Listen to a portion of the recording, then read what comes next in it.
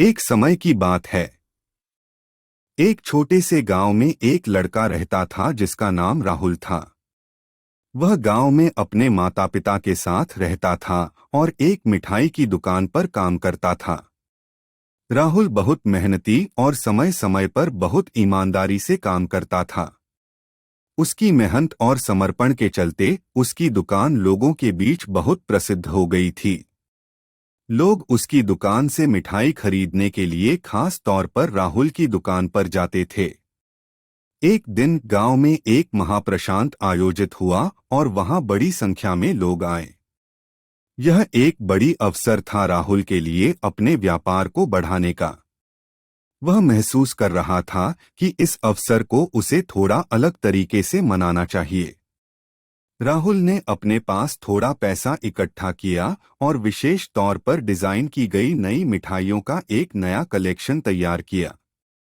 वह नई मिठाइयों के साथ अपने ग्राहकों को स्वागत करने के लिए गांव के चौक में एक छोटा मेला भी आयोजित करने का निर्णय लिया। मेले की तैयारी करते समय राहुल ने अपने दोस्तों से सहयोग मांगा और सबने मिलकर उसे मदद की। उन्होंने मेले में खेल और मनोरंजन के लिए विभिन्न गतिविधियों की व्यवस्था की। मेले का दिन आया और लोग उसे धूमधाम से मनाने चले गए। ग्रामीणों ने मेले में खुशहाली से भाग लिया और राहुल के द्वारा तैयार की गई मिठाइयों का आनंद लिया।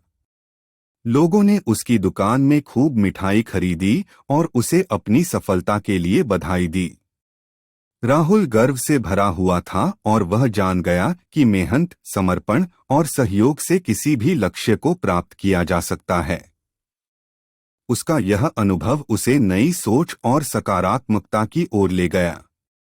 वह अपने व्यापार को और बढ़ाने के लिए नई योजनाओं के साथ वापस अपनी दुकान में लौटा और धीरे धीरे उसका व्यापार और मान्यता फिर से बढ़ने लगे। राहुल ने अपने सपनों को हकीकत में बदलने का एक उदाहरण साबित किया और गांव के लोगों के बीच आदर्श बन गया। यह कहानी हमें यह बताती है कि अपनी मेहनत, समर्पण और सहयोग से हम किसी भी मुश्किल को पार कर सकते हैं और अपने सपनों को हकीकत में बदल सकते हैं। चाहे हमारा लक्ष्य छोटा हो या बड़ा, हमें अपनी मेहनत और समर्पण से उसे प्राप्त करने की क्षमता होती है।